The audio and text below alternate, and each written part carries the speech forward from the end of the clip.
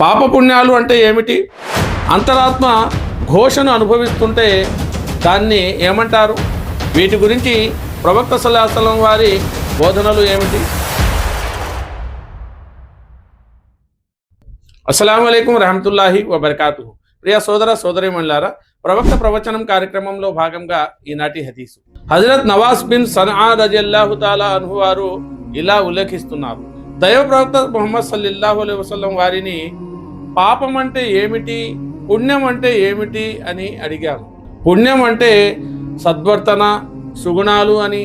ఏ పనులు చేయటం వల్ల అంతరాత్మ బాధను, ఘోషను అనుభవిస్తుందో, ఇంకా నీవు చేసిన పని మరొకరికి తెలిస్తే నీవు వెగటును, బాధను అనుభవిస్తావో అదే పాపం అని దైవ ప్రవక్త ముహమ్మద్ సల్లల్లాహు అలైహి వసల్లం వారు ప్రవచించారు.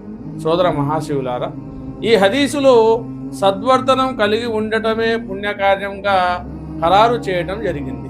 మనిషి చిన్నవాడైనా పెద్దవాడైనా ప్రతి వ్యక్తితోనూ సహృదయతతో మెలగాలని, అలాగే సంభాషణలో నమ్రతను, గాంభీర్యాన్ని ప్రదర్శించాలని, సతతం సత్యాన్నే పలుకుతూ కోపంపై నియంత్రణ కలిగి ఉండాలని, తల్లిదండ్రుల ఎడల సేవాభావం కలిగి వారిని చేతనైనంత మటుకు సంతుష్టులుగా ఉంచే ప్రయత్నం చెయ్యాలని ఆదేశిస్తుంది.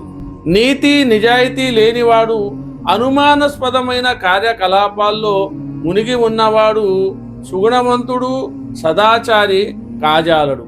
పాపం గురించి ఎలాంటి అనుమానానికి తావులేనటువంటి రెండు పెద్ద గుర్తులను విడమర్చి వివరించారు దైవ ప్రవక్త ముహమ్మద్ సల్లల్లాహు అలైహి వసల్లం వారు. మొదటి గుర్తు ఏమిటంటే, చేసిన పని మనస్సుకు నచ్చక అసంతృప్తిగా ఉండటం.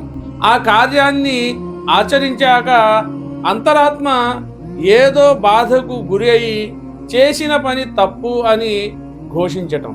ఇంకా రెండవ గుర్తు, ఆ కార్యాన్ని బహిరంగంగా చేయటానికి వెరవటం.